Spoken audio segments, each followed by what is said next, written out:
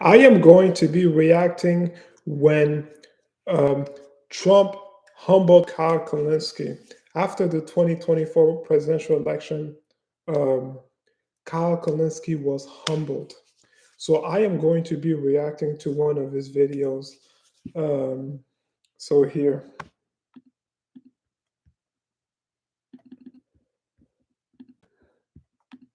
About he did it again. He did it again. He massively outperformed the polls.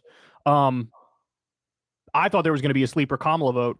Not only was there not a sleeper Kamala vote, yet again, there was a sleeper Trump vote, even after the pollsters adjusted to put a sleeper Trump vote in there. So there's a lot to say. First of all, I was dead wrong. No more predictions from me. My in's completely off. No, the only thing you needed to believe was the 2020 election was stolen. Because if you did believe the 2020 election was stolen, you would have known that Trump should have easily.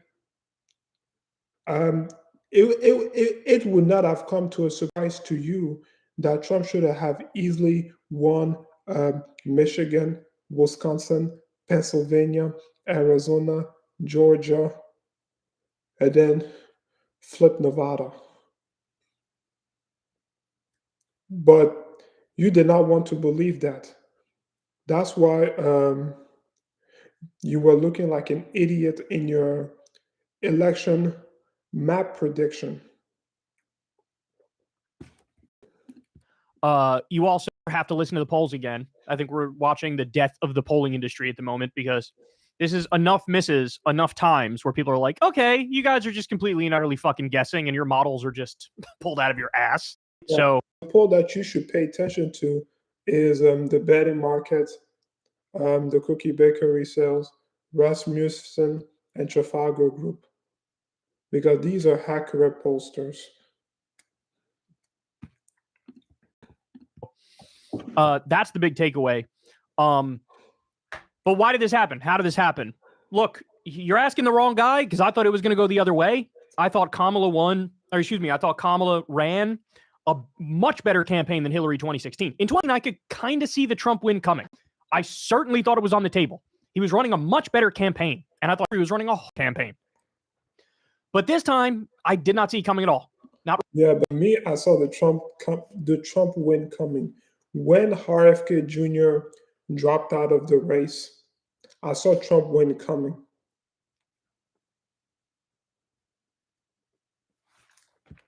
Remotely. I thought worst case scenario for Kamala, she would get 276 electoral college votes, and didn't happen.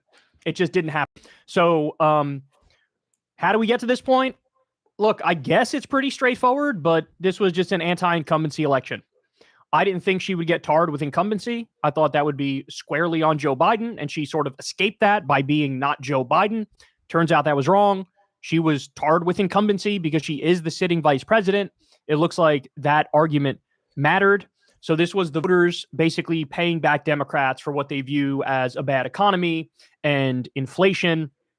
And this is the result. The result is Trump with over 300 electoral college votes. It looks like it's probably going to be a swing state sweep for Trump. I thought it would be a swing state sweep for. So, all right, let's get our criticisms, out of the way here. We'll talk about what I think Kamala did wrong. Then we'll talk about what I think Trump did right. So, again, just up front, I want to be clear. Kamala ran a better campaign than Hillary 2016. She just did. And she still lost. And Trump ran a worse campaign than Trump 2016, and he still won. So it's like, does anything matter? Apparently not. So I'll get to her mistakes in a second, but you do have to say, man, she ran on a $6,000 child tax credit. That's awesome. She ran on adding home care to Medicare. That's awesome. On helping first-time home buyers with $25,000 down payment. That was good. She ran on reducing medical debt. That was good. She picked a guy for her VP who would have done paid family leave and paid sick leave and free school breakfast and lunch for kids. That's what he did in Minnesota. All that stuff is good. And it didn't matter. She still lost. So what were the problems with her campaign? Look, I mean, you guys know my take on this. We talked about it before, but I did not think the Liz Cheney and Dick Cheney strategy was good. Dick Cheney left office with a 13% approval rating. He brought us illegal wars and torture. Liz Cheney had a very low approval rating also, and she got kicked out of Congress not that long ago. And she thought she was making the point, hey, look, Republicans like me. But in reality, it was like neocon warmongers like me. And it didn't land. So to prove how bad the strategy was, in 2020, 94% Republicans voted for Trump. In 2024, 94% of Republicans voted for Trump. So all of that bear hugging of Liz Cheney, and you weren't able to scratch away or scrape away even 1 percentage point from Republicans. Look, I'm not against the idea of being like, hey, we have some Republicans who support us, but you should have done that in the context of like, here's a union worker who's pro-Trump, who says he's a fraud and outsourced the jobs. And he says you should support me, right? Like, that's how you do it. You don't bear hug a neocon war criminal. But at the end of the day, would it really have mattered? Even if she didn't do the Liz Cheney strategy, would it have changed the outcome? Probably not. Trump won big enough where you can't just pin it all on that.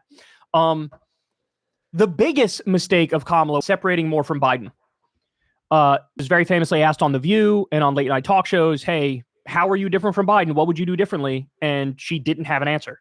At one point, she said, I'm Trump and I'm not Biden, so vote for me. And another point, she said, I wouldn't do anything differently from Biden.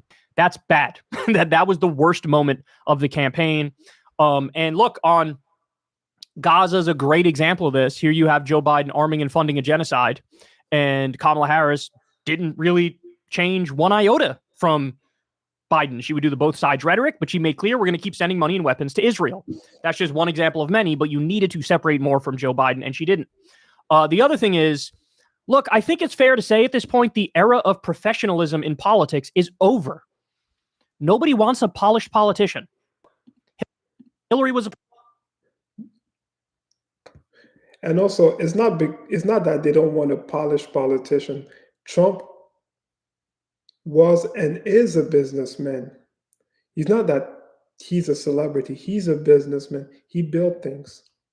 So, yeah, he might not have been political like in his career, but he was a businessman.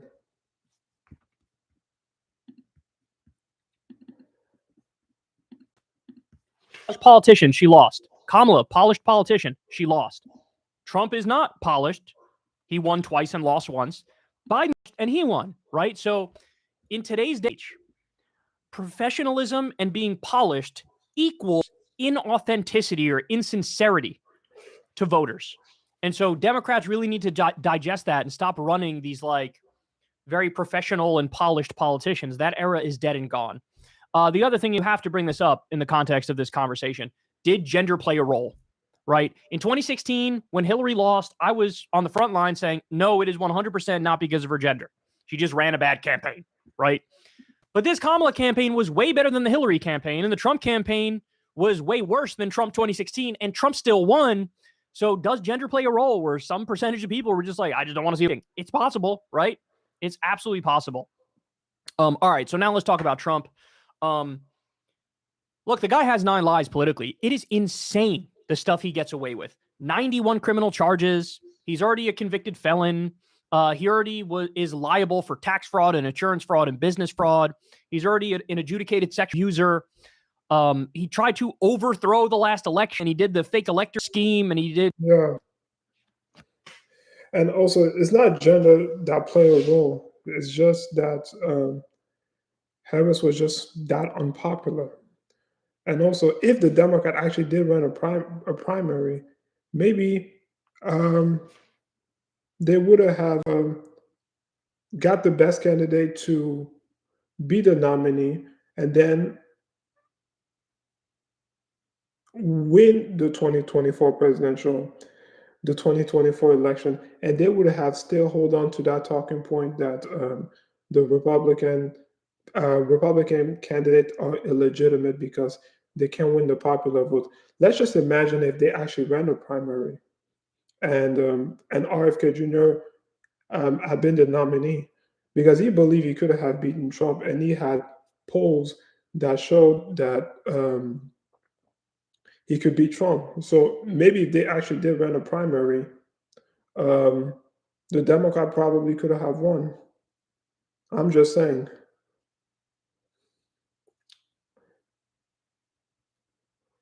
I mean, even here, 1 second.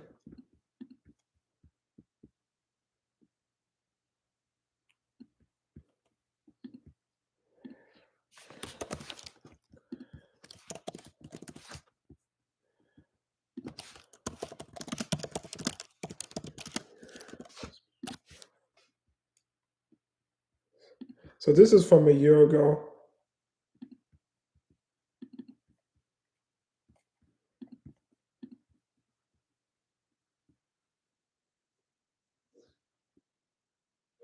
Okay, so here.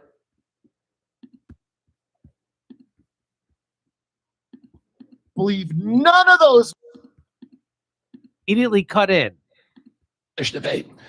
They prided themselves on their capacity to. So RFK Jr., when he gave his speech was it Friday, when he Yes. announced that he was dropping out of the swing states and he was going to endorse Donald Trump, CNN cut away from that. And you want to watch how it I happened? saw. Yeah, Well, yeah. So watch this. I got this from Christy Tallman's Twitter feed. Watch this.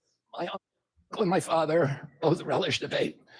They prided themselves on their capacity to go toe-to-toe with any opponent in the battle over ideas. They would be astonished to learn of a Democratic Party presidential nominee who, like Vice President Harris, has not appeared in a single interview or an unscripted encounter with voters for 35. So he's telling you the truth about the horribleness of what the Democratic Party's currently doing. They're installing a president. They're not using a democratic process. They're installing someone after. Yeah, and that's my point. What if the Democrat actually ran a primary? Maybe he gets the nomination and he go on and beat Trump. And then the Democrat could have still hold on to that narrative that the Republican candidates are illegitimate because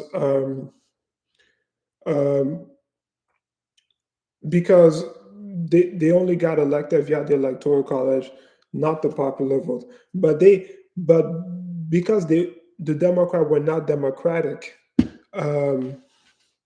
they installed Kamala Harris, who was so unpopular, and then they allowed Trump to win the popular vote and the electoral vote. So let's get back to Kyle Kulinsky.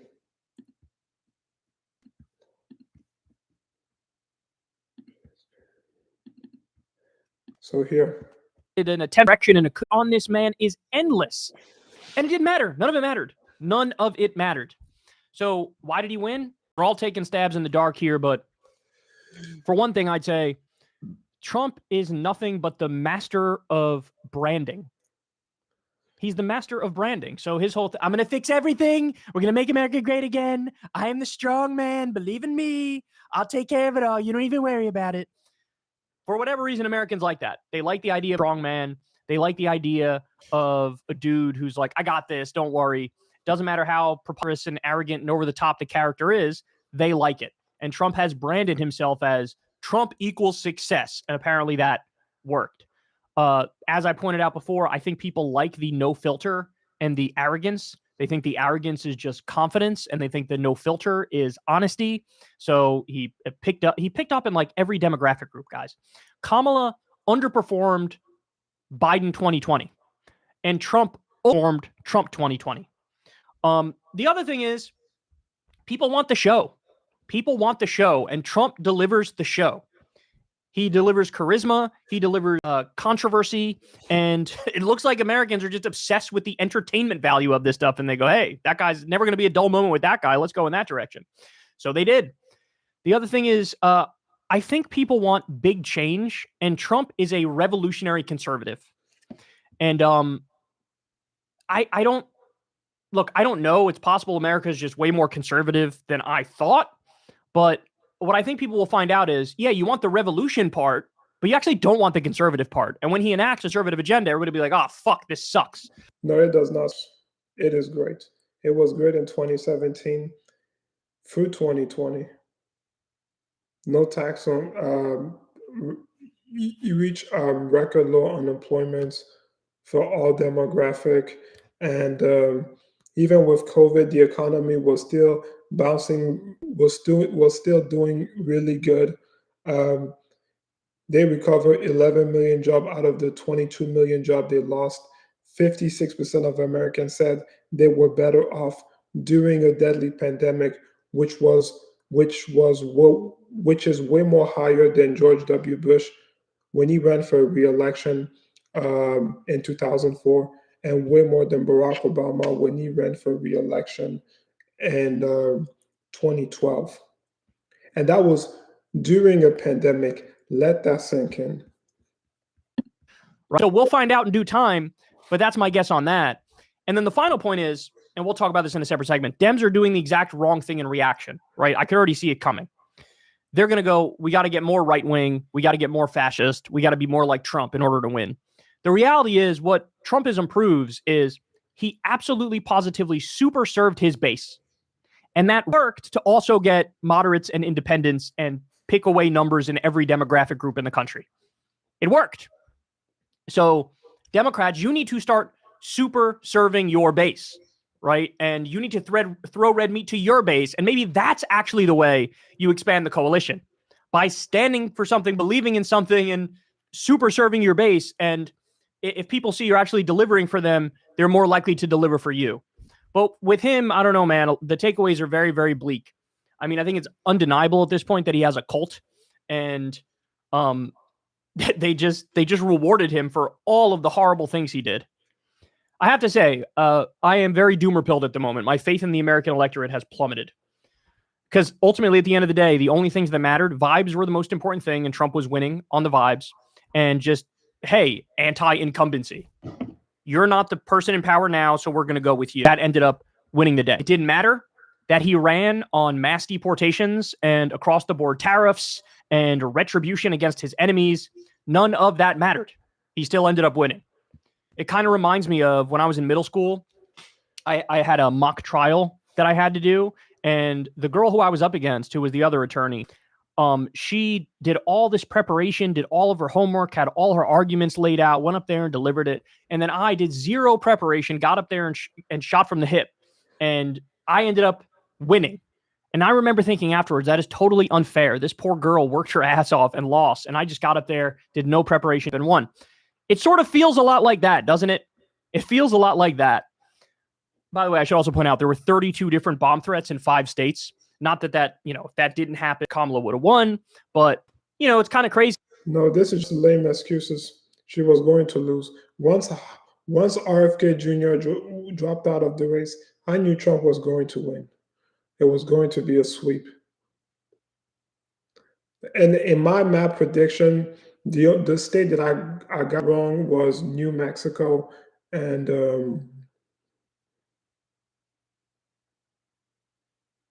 yeah, I think it was like New Mexico, and I believe I got Colorado wrong. So I knew he was going to get like around 310 electoral votes. See that there was interference and 32 bomb threats, and nobody's even really talking about it now. And then I guess the final points I'll make.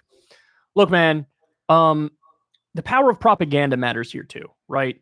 Republicans have created their own network, own echo chambers. They're in their own information bubbles. Elon bought Twitter and pumps out right-wing propaganda. Fox News is poisoning minds as they've been for decades now. Trump went on Rogan and Andrew Schultz and Theo Vaughn and took over the podcast sphere.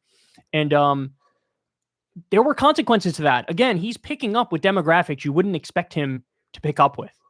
And so I think all of that stuff mattered. So what I would say to Democrats is, I wish policy mattered more. I wish it did. I mean, in this election, her policy was just object and it didn't matter. I wish policy mattered more. So try to make it matter more. Super serve your base. Have both universal solutions, right? Universal health care, paid family leave, etc. But also, this part is kind of undeniable now too. You have to run a celebrity, because that part of no, Trump is was a businessman. It's not about running a celebrity. Like, I would not want Dwayne The Rock. As much as I like The Rock, I wouldn't vote for him to be president, because I don't know what policy he will enact. And The Rock didn't even know why he endorsed Biden back in 2020. He gave one of the most lamest endorsements of any celebrity. And that's somebody who likes The Rock and who's a wrestling fan. Trump helped. You have to run a celebrity, and you also have to lean in to somebody with charisma and controversy. That is the Trump magic formula, right? Charisma and controversy and celebrity. Well, that's the 3 C's: charisma, controversy, and celebrity. I think you unironically need that, right? And oh, by the way, I'll give you some silver linings here at the end. The piss Nazi Mark Robinson went down. That's glorious. Carrie Lake went down. That's glorious. Increase in the one in a bunch of states. Republicans are going to win the Senate. Immunity. He will govern like an emperor. He yet another anti-incumbency election. Okay, so that's it. At least Kyle, he was humbled. He was humbled. He was so embarrassingly wrong, and he was humbled. But Crystal Heavily has not been humbled by Trump yet. So hopefully the midterm, it is a red tsunami, and he gets humbled. That's all I gotta say.